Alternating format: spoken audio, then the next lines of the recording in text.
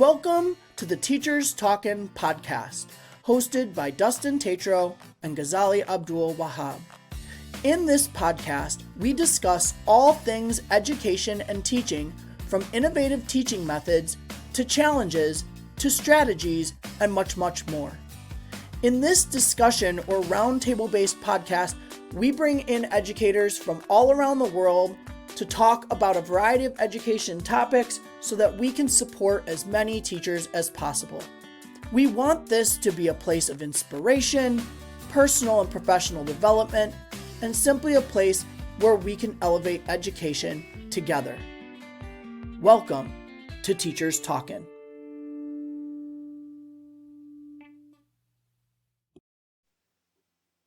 This is Teachers Talkin'. I am Dustin here with Ghazali, and today we're having a conversation that's really feels timely, honest, and grounded in real classroom experience. So we're joined today by Shuayb Abdi, an educator who's turned founder, working with international schools across Southeast Asia and the Middle East, helping teachers to use AI in ways that actually improve learning to help reclaim time. So this episode is titled From Policy to Practice, Making AI Work for Teachers. And we're going to talk about the growing gap between AI education policy and what's actually happening in classrooms, especially in contexts where class sizes are large or resources are limited and traditional assessment models are strained. So, would you start by just sharing a little bit about your journey in education? What led you to focus on AI policy and practice in international and emerging market schools? Sure. So thank you so much for having me here. And when it comes to my personal background in education, I come from a bit of a more unconventional journey, you could say, right? So I have not actually, I wouldn't say I know I'm not a qualified teacher through and through. But I do run my own coding bootcamp. I've helped over 700 people learn to code, get jobs in tech. Many of them are actually ex-teachers, ex-nurses, and people who just were sick of their current career, whether it may be, or just wanted a change in pace. Before that, I was actually in the healthcare space. I was in the radiology space. So I used to help treat cancer patients, actually. So it's quite a big shift. But I taught myself in 2020, 6 years ago now. Can't believe I'm saying that out loud, 6 years. I taught myself how to code, and 8 months later, I landed my first role. And then I just realized how easy I could say, to pick up technology and essentially get paid for it. So then I began working with freelance, with schools, colleges, tuition centers. I even helped plan out and even market a new curriculum for an international university called Hoxton Institute. And all that kind of led me to partner up with a senior engineer who we then basically built this coding bootcamp and scaled it to what it is today. In terms of your second part of your question, what I'm seeing and what I saw working in colleges and universities is how outdated the curriculum is, not only for higher education, but also within the K-12 sphere. Unfortunately, we are in an age where technology isn't just going fast, because it's always been going fast, if we're being honest, but it's disrupting the undisruptible markets, right? So healthcare, edtech, law, property, anything, you name it, right? And it's in a way where some policymakers are frankly too nervous to make the change. However, we're seeing schools like Alpha School in Texas, and schools in UAE, Singapore is big on this as well, actually teach their students how to use AI. So I'm working with the school in Saudi, one of the first schools to actually implement this. And I did a workshop for them, a free AI fluency workshop for the teachers. And one thing before the call was they are actually learning how sensors work. You know, the sensors in Tesla, in security cameras, like that's pretty imperative to learn in today, even 5 years ago, in my opinion. So after seeing all of that and being exposed to all of that, I thought this is the mission I want to embark upon. After starting and scaling this coding bootcamp, I want to now help teachers go from vibe coding maybe to vibe grading and see how that goes. Nice. Well, you've obviously had a lot of experience, and you've seen many different settings, different schools from your background and your work in different countries. So when people talk about AI in education right now, what do you hear most often, and how is it different from what you actually see happening in the classrooms where you've been? Unfortunately, what I'm hearing is a very weird mixture of Yeah. I'm very nervous about AI. What if this happens? What if this happens? What if this happens? Then we have the other camp, Mhm. and unfortunately, that other camp, they don't have that much of a louder voice, in my opinion. So there are teachers who are tinkering with AI, building vibe coding, Lovable, things like that. Some of them are even going out and Yeah. fully, working in edtech. I've had teachers come to me and ask me for a job in my company because they want to get into edtech because they're so excited about this new technology, and they want to change the way they want to change their own way they fit in education, because you can still be an educator and be in edtech. That's what I want to really get other teachers and people who are in traditional K-12 teaching to really think about it. There's more to education than just sitting in a classroom and telling students what to do, because unfortunately, TikTok is doing the same thing, whether we like it or not. You know what I mean? So that's what I'm seeing. It is a mixture. However, in the last 2 to 3 months, especially because I'm working with someone who's in my business, who's one of the partners. He's actually a teacher, but he trains other teachers on how to use edtech tools. And it's also out here in the Mm. UAE. And he's saying the tide is shifting, but for them it's more about safety and data and cybersecurity. So that's a major thing that we're working on, which is why I'll talk a bit about the product later on, and about how I think edtech should change. But safety and data security is really, really important. If that's nailed, and if teachers trust that a little bit more, I think we can see a different conversation. Mm. And how does AI policy come into play here? Whether is it by country or by schools? How do you fit in the AI policy to create a really effective school? Great question. Actually, that was a pretty good question, because I'm working with two schools in Malaysia that's just starting up. So one school is Wow. they just bought a struggling school, and they introduced it. I think they bought a new building or something like that, and they want some help trying to see how they can make it future proof, basically. Even though I do advise them to kind of go with the basics first before going future proof. It's a new school. However, that's what I'm seeing. It's the schools that are trying to implement policy and being that brave pioneer, Yeah. governments will be like, oh, look what this school is doing. And they look into further into that school. They look at the satisfaction rates. They look at the staff satisfaction, which is really important. Teacher turnover, obviously student grades, but let's face it, like student grades can be somewhat manipulated or made to look as good as, it can be a bit, it depends Yeah. on the subject. I know I'm being a bit controversial here, so excuse me for that, but it can be a little bit. Okay. I'm not all for judging a student based on a grade. That's just my opinion. But I do think that governments and countries look at everything, right? Grades, satisfaction, all that kind of stuff. So if that's like, above board, governments like the UE, like Singapore, hopefully the UK one day, maybe in 20 years, will start that as well. When you initially decided to come on the podcast, you had mentioned that Western AI frameworks don't always translate to other parts of the world when it comes to AI policy. Yet, a lot of schools are borrowing AI policy from Western systems. So, can you tell us a little bit about what are those systems and why do those frameworks then often fall apart in other parts of the world? So I specialize in emerging markets and international schools. And what I'm seeing is two problems that used to be niche problems, but are more impactful nowadays. The first one is the growing um, expat teachers, right? So teachers from the West coming into the Middle East, Singapore, for various reasons, and are finding it very difficult to acclimatize to these new curriculum, students, even working hours. Like in the UAE, they've introduced, and maybe they might even completely get rid of Fridays as a school day, which is crazy to think about, because to help parents with traffic because of the prayer times and whatnot. And UAE is, I think last year they had the most amount of expats and visitors. So it's a hugely growing area of the world, the Middle East.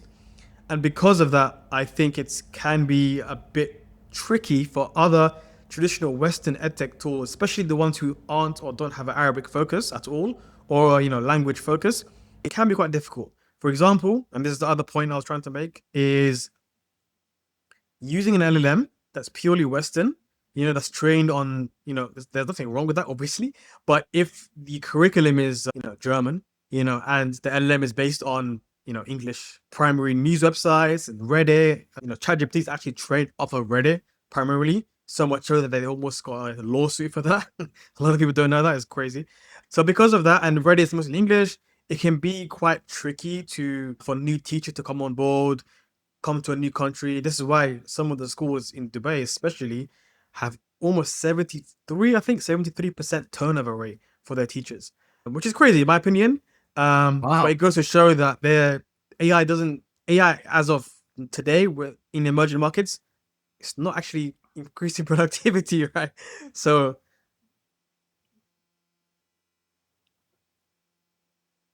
Interesting. So when you think about AI policy, what are some of the sort of like contextual factors that go into that? Do you think about things like class size, workload, assessment pressure? What are the things that people tend to be overlooking when they're creating policy around AI for their schools? So the big thing that a lot of principals and heads of AI and IT teachers, in my opinion, overlook is trying to look too much into the shiny object syndrome, like what's new and what's easy, what's popping and whatnot. Primarily because unfortunately schools don't like to pay for things too much, especially public schools. So they look for the free pilots and then, when Mhm. things are free, a lot of people don't actually value it. And because of that, they just discard it thinking doesn't work, right? So in terms of, sorry, what was the last part of your question? I kind of forgot. I'm just curious, what are the things that when building AI policy that schools are overlooking? Like what's important when building that policy and what are they overlooking that should be also be a part of that policy? Yeah. So I think the biggest thing that's overlooked, but is starting to become more prominent, especially in certain parts of the world, like the US, is training the teachers on on LLMs, on large language models, on data protection. And I'm talking about beyond the basics, because if you look at the normal e-learning and the things that teachers have to go through, I've seen it, right? I've done it, right? It's quite Mhm. basic, and it's never gonna be on par because the governments are using, 3, 4, 10-year-old learning resources, frankly, that aren't on par to today's models, right? So we need to be teaching the, the, the teachers first how these LLMs even work, how they're trained on data, the best type of prompts, all those kind of things, and how to prompt effectively, and all that good stuff, right? And then from there, they can teach the students, right? Because if they're not an expert at it, how are they gonna teach the students, right? And you don't have to be an IT teacher anymore. Arguably, even 2021, 2022, yeah, you would need to be some expert or maybe an IT teacher to kind of really understand this. And I think that's what used to happen. But now anyone can teach this. Anyone could learn it. It's become extremely accessible, which is frankly quite exciting. Yeah, that's very interesting. Just to rewind a little bit, what the data that you shared really hit me. You said that there's 70% turnover, and this is caused by AI. No, no, no. Can you elaborate a bit I more? mean, it's hard to say what it's caused by. I do think the primary cause, and this is me speaking to the teachers because I have a lot of friends who are teachers here from the UK, and this was the complaint. The issue is with, maybe it's just a Dubai thing, is schools here run very corporate because they're all private schools, right? So Mm. everyone's trying to get the next promotion, move to a new school with better pay. All the schools here give free accommodation and even a car sometimes, which is like what you'd What? expect from me. Yeah, it's crazy, right? It's quite nice to be honest. Which is What kind of car do they good get? question. I've seen it. It's decent. It's like an allowance they get. Not a Ferrari, unfortunately. Oh, that was in my mind. Lamborghini, Ferrari, those kinds. Yeah, it's probably like I don't know. I've seen it's some decent cars to be honest. It's a lot of Chinese models. Some like one of the fastest Chinese models. Mm. And the part about AI and productivity. So I think again the issue is with some schools is that they're very hesitant on how to use it. For example, I'm working with one of the leading schools here in Dubai, but they're quite frustrating. I'm not going to name them, but it's a free pilot, right? So I spent thousands of dollars on the software and I'm giving it for free for 6 weeks because I want to get your value first, right? And they're like, could we test it out for a small subset of students? Oh, actually, wait, can we wait in 2 weeks' time? And can we do this? Can we do that? And it's like, sure, that's fine. But there are other schools who are willing to pay for the pilot and give you better feedback, and their teachers would use it better. So Mm. AI is not I don't think it's the primary reason. I think it's just up to management and what their priorities are. if your teachers have a 70% turnover rate, it means they're clearly not happy at the school and they're given too much a workload, Yep. right? And if we have something Yep. that helps with their workload, but you need to use it correctly, then I think it's an important factor to put into any budgets or any plans or any policy. Yeah. Makes sense. Yeah. So yeah, that should work. I mean, if what you are producing helps reduce teachers' workload, then the turnover rate shouldn't be so high. Yeah. So you're providing a solution to a big problem. That's the thing. It's all about solutions, depending on pain points. I think that's how the world works, Mm, really. Not just business, but yeah, I completely agree. mm. So I would like to know, how then do you break into a market where you have like two dichotomies, a broad spectrum of reactions to AI. So a lot of schools are stuck in a reactive mode. So Mm. many are looking at banning the tools or trying to catch cheating. So Uh-huh. Mm. how do you convince them? What's missing from this approach? Very good question. A VC I was speaking to once told me that if anyone is doing edtech, they're not in it for the money because it's a very long road. So a couple of questions. Sorry, a couple of points to this question. The first is I started this because I'm seeing the tide shift as well, right? So I don't want to go into a hole where it's just not gonna work.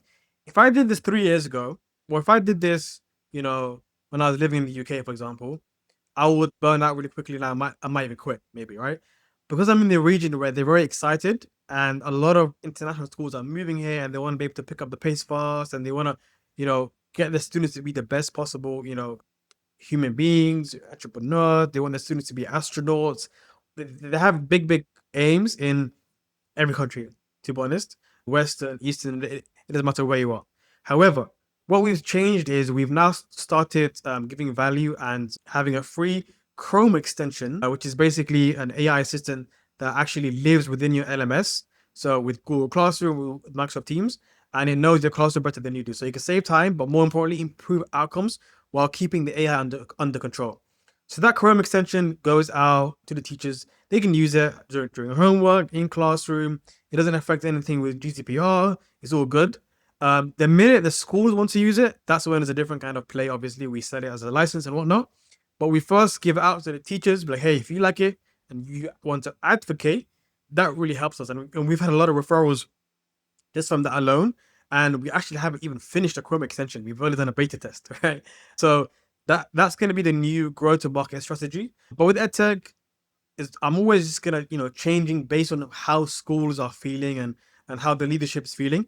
And for that, I need to keep talking to more teachers such as yourselves and people who are in this industry.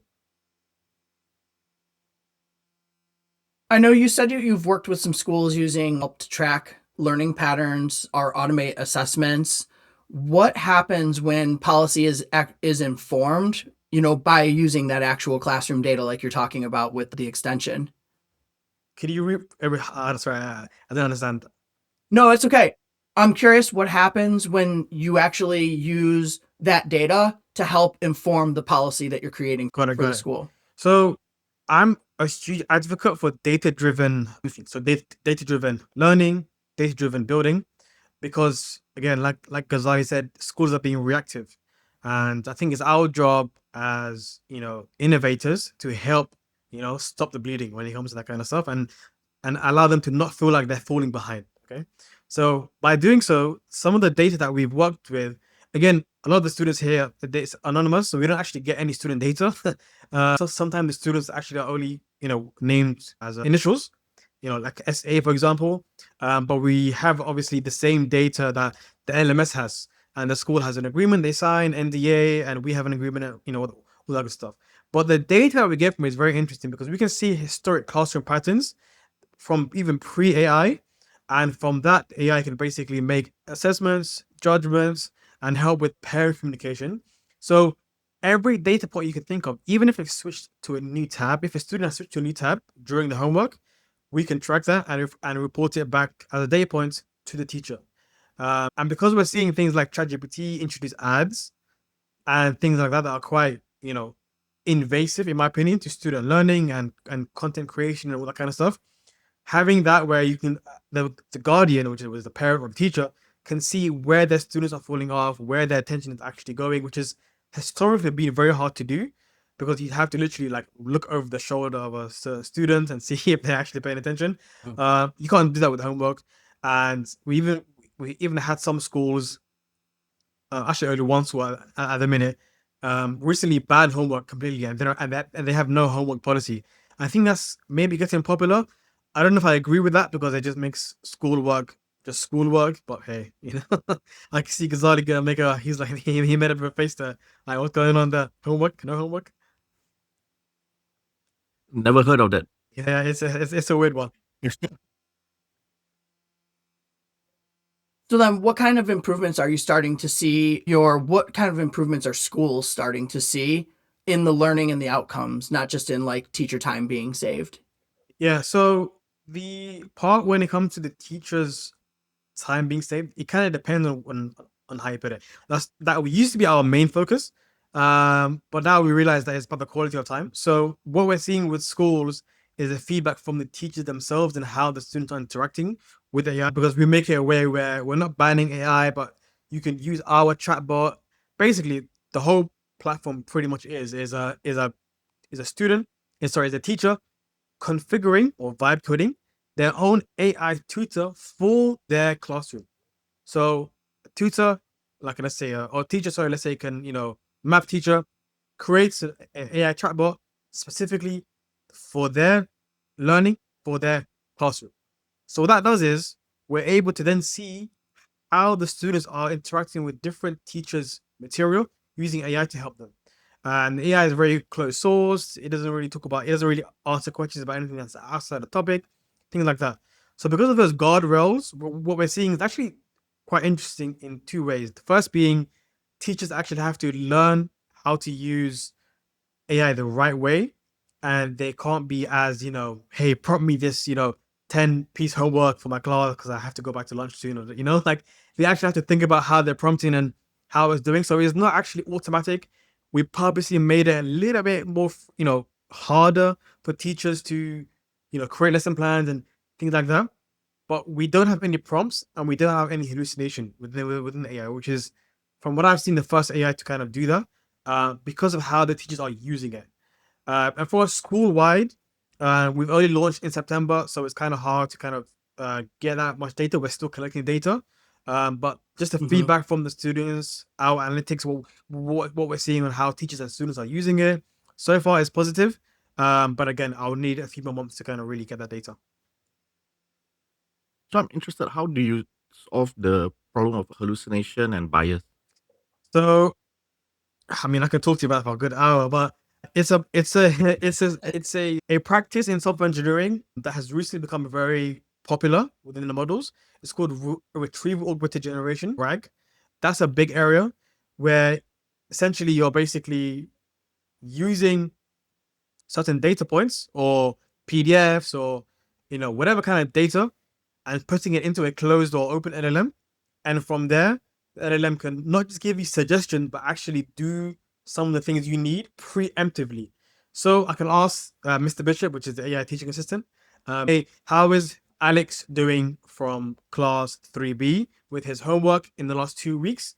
And then it'll give you a full summary of how he's doing, not just from the grades, but also from how he's interacting with the lessons, if he's using AI too much, things like that. So from there, we don't actually need the teachers to prompt things after that because the AI will self-learn. All right. So this took us quite a while to kind of get pretty decent. Because I don't think anybody wants to keep prompting something to get the same results. If you click a button, if you download a file, it does that for you. Not perfect, so we still have a way where teachers can edit and make sure everything's correct, because AI is never perfect. We know that, but it's only as good as the data that you give it. So I can send you like a demo video later on to really show you in depth, but that's the kind of way we've done it so far. But once the context memory of Mr. Bishop runs out, he will start hallucinating, right? He will start using data from the internet, from other sources to try and give a good answer. We purposely close that off, and because we're paying for the tokens so far anyway, they don't really run out of tokens. Oh, okay. So does that increase the cost then of use if the use is widespread and a lot of teachers are using Yeah, it will cost a lot of tokens. It's are part of the cost that we're more than happy to put on for ourselves, because then it helps train our own model, which we're training actually. This isn't public knowledge, but I'm happy to put it out there. We're trying to basically be the first. Have you heard of Cursor? Cursor, yeah. So we're trying to be basically the cursor for teachers, right? And we're creating our own model. So this is going to happen where the more teachers use EduSync, the free version, the paid version, whatever, the more the our AI model is trained. So the teachers, yeah, so not the students, they right? So teacher workflows, how oftentimes, math teachers in Singapore use this specific prompt, Mm. and then from that, this will take maybe another 2 years to be honest, to properly train. From there, we can license that model to other edtechs, and this is something that is in the works. But because of that, we're happy because of that projects that we're doing in the background. We're happy to incur costs in tokens, and tokens aren't as expensive as they used to be back in the day. So we're okay with that. Yeah. Yeah. And does this training then help distinguish between like Western AI bots That's the and plan. Yeah, yeah, create something that's more Middle Eastern, for yeah. example, so So that we've it is got less biased? exactly, pretty much. So we've got one at the moment. We're working with a Arabic translation expert who actually used to work with universities. I met him on my background actually. He wasn't the one who crashed, and we're gonna work with an AI LLM called Humane. It's a Saudi-based LLM built by a Saudi public investment fund. And because Arabic is one of the hardest languages to create, an LLM from and everything, they decided to just create their own. So we're trying to work with them to basically make it so our platform is already in Arabic. Our tutor, AI tutor, is already speaks Arabic, but we're trying to get it to that next level and to make it as impactful for these niche emerging markets that are, in my opinion, currently being underserved. Yeah. So that sort of like answers the question that I had in Yeah, mind. Like, how do your company compete with all the other similar AI companies that's now popping up everywhere? yeah. So I guess it's due to your nicheness, your Arabic direction, I guess. That is part of it. The other main part of it is we built this platform, which is built by educators for educators. I mean, a lot of edtech Yeah, companies, that's important. they just are in terms of business, which is why we're more than happy to incur costs like tokens, and also give out, like, we fly out to schools to give free training, 1 day training, just so we can really embrace ourselves in the market and also create that trust and value. When I say fly out, I only mean in the Middle East because it's easy for us and the team to go. But I'd love to Yeah, go but to still other. fly, Yeah. It's Not bike, right? You fly. yeah, Yeah. yeah. Or maybe drive one day. I don't know. Uh, so where do you get the financial backing to support you in this? You need a lot of capital to start up Yeah, so we do have something like this. an investor. We are trying to finish our pre-seed raise, but also I have the coding bootcamp, which makes a decent amount of revenue as well. So I'm self-funding as well. Okay, that's interesting. So, like back to a schools from the perspective of school. Let's say the school leaders they don't want to use the top-down approach to designing policy. So, where do they start something that is Good more question. suitable for their I own love school? that. I love that. So, for example, let's take the example of the school I'm working with, a Malaysian school, international school that's starting completely from scratch, right? I wouldn't say, Mm, use our platform because I think it's too early for, in my opinion, right? I would say train the teachers as best you can with free AI courses out there. Okay. So what we do with our workshops is we train the teachers on how to use, in my opinion, the best model out there, which is Anthropic's model, Claude. Um, Claude, if you use it correctly, can do wonders not only for your time saving abilities, but also to teach you things and teach you how to use AI itself. It's very, very smart in that way, and also has decent token managing and a bunch of other stuff as well. The other thing I'd say is let AI sort of be a last resort if your main focus, for example, is, I don't know, like increasing student grades, for example, right? If your main objective of this mm. year, like say for new schools, to make sure school student grades are high, educate them on AI so they can make sure that they know if students are using AI, know things. You can kind of be able to read an essay and distinguish, you can train a teacher to distinguish if an essay is AI or not, and you can get them to learn how to use it. But also trying to get them to use the workflows that the top startup CEOs are using. I know that sounds a bit, Mm. counterintuitive, but some of these like startup CEOs, they're using workflows, not even just with AI, but other automations that have been around for years. to basically just reduce the cognitive load of like little like small things like admin, right? And if you can't, hire a teaching assistant, then get that admin really under the control. I don't know why there isn't a whole, training module. Maybe there is on teacher training on how to do admin better, because there's something that's always been offloaded, and teachers, they work, heart and soul for these schools. So I think, giving them that kind of empowerment would really make the difference. And then from there, look into AI workflows, and also make sure the students are learning how to use AI and prompting AI, which is a whole different topic in my opinion. But if students today are not learning how to use and how to work with AI, they're going to be very, very, they're going to be in a tight spot when it comes to graduation. I think the stat now is maybe like 47% of 12-year-olds in the US admitted that they feel underprepared for the workforce coming ahead, the new AI workforce coming in the next 5-10 years because of what they're learning today, unfortunately. Yeah, but then another issue that crops up often is letting students use the AI. But then how do you teach them how to use AI the smart way, which doesn't lead to cognitive atrophy? But the students themselves, they want the easy way out.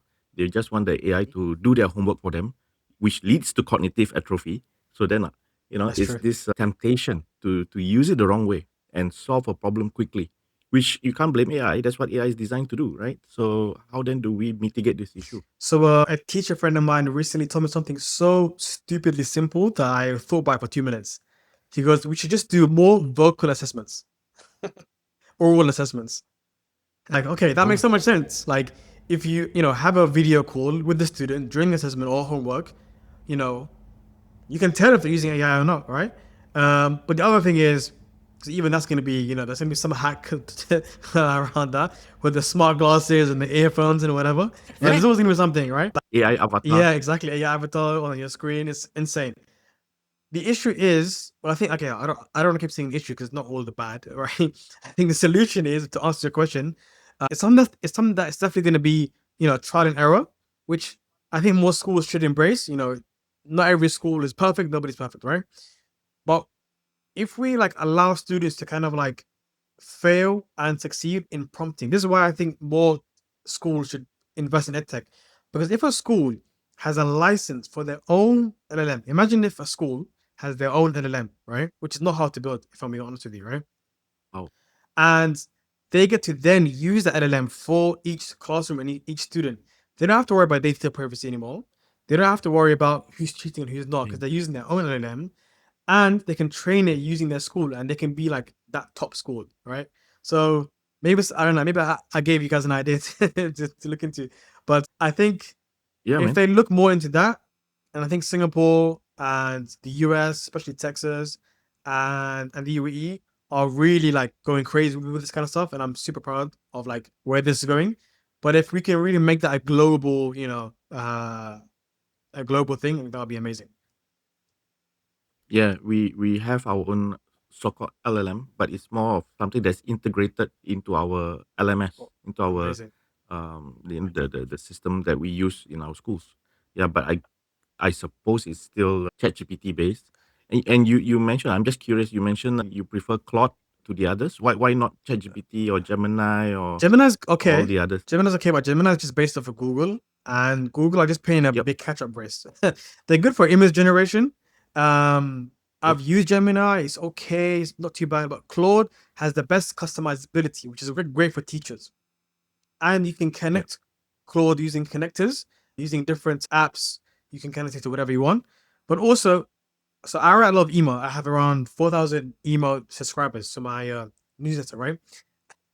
And the best part of it, yes, I use Claude to write maybe 70% or 60% of my emails, but I give it my style. So I add my own style, or I add someone else's Yeah. style, or a famous author's style, and it can understand that. I guess that means the students can use it well, but it's great. But again, it's good to test it out.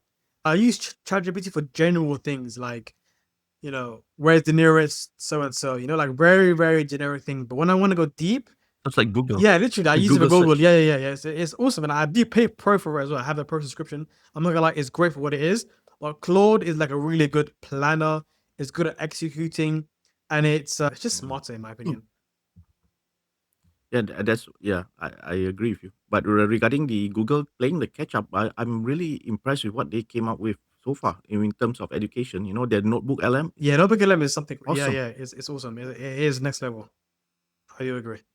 I Yeah, still think, can you do something like that? yeah, I mean, I do have You my know, gripes ask. with Gemini, because some teachers that we've trained, they still don't know how to use it. Because the thing with Google is they aren't and they never will be, you know, solely for teachers. They're still very generic. They just came out with like 20 different apps, right, for teachers on their flipping Gemini thing. And that's the opposite we need. We don't need more apps and more AI tools. You know, we need something that works for at least 80%, right?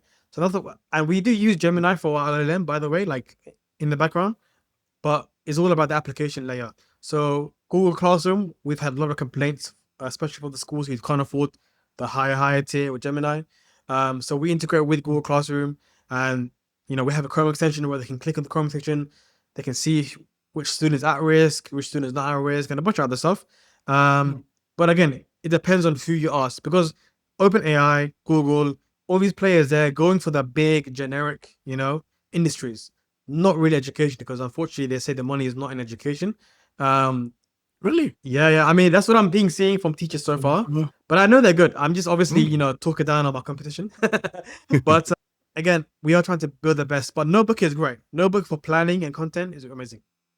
Yeah. Oh, okay. So there's no money in education, Dustin. What are we doing here? Yeah, I mean for the big guys, for I don't for tech. Oh yeah, see, sorry, Dustin. It's like for the listeners, it's like we left Dustin out because me and AI, and I'm geeking out with No, it's Shuayb here. Sorry, I Dustin. always let you just take the reins when we start having the AI conversations. It's all good. Going there. Yeah, go ahead. Take over, No, Dustin. I'm sitting here just learning all on my own. It's great. It's great. So, if there's one mindset shift that you would say educators should have or should make around AI and AI policy now, what would you say? Today, which is January 2026, spend a few hours a week just vibe coding, tinkering. Whatever problem you have in the classroom, there's an app for it. And the great thing is, your head teacher and they'll let you go with it because it's your product. you know, um, the worst thing that would happen is you learn amazing new tools, right? And maybe you can get promotion or go to a new school, whatever, right? The best thing can happen is you could really change how you see education and help your students that much more. So tinker around. This is something that, let me know if you guys are interested in this. By the way, I want to do like a webinar on how teachers can vibe code sometime in March or February. I think that would be great. But yeah, that's the one advice I'd say. Just tinker. Awesome. So, we've talked about so much today, and I guarantee that there's a lot of things that people are going to take away from this episode. Thank you so much. Do you have any sort of closing thoughts? Do you have anything you want to promote EduSync? Leave our listeners with anything you'd like. My pleasure. I really appreciate the chat, guys. It was amazing talk, and I didn't even realize the time. It's just been going so fast, which is great. We are still having, I think 4 spots for March, February for our free AI fluency training for your teachers. If you're based in the Middle East, we fly to you and train you. I'm always in between different countries in the Middle East anyway, so it's not crazy for me to go to these classrooms. But we also do it virtually anywhere where you are across the world. We're doing webinars as well. And we do have a free Chrome extension that you can use. And if you're a head teacher listening to this, send me a DM. Let's talk. And is the Chrome extension EduSync? Yeah, so it's going to be launching hopefully end of next week, out of beta stage. It's part of EduSync, but it's kind of like its own companion Chrome store app that you can just download and play around with. Awesome. Awesome. Again, thank you so much for coming on, sharing your experiences, your insights, and just teaching our listeners today. I think it was really great. Yeah. To our listeners, if you are enjoying Teachers Talking, as always, please subscribe, leave a review, share the podcast with fellow educators. New episodes are out every other Monday. And if you're interested in being a guest, just fill out the form in the show notes. You don't need to be an expert, just passionate about education with stories and strategies to share. We would love to have you on as a guest. So Thank you, everybody, for being here, and we will talk to you next time on Teachers Talking. See you, everybody. Bye bye.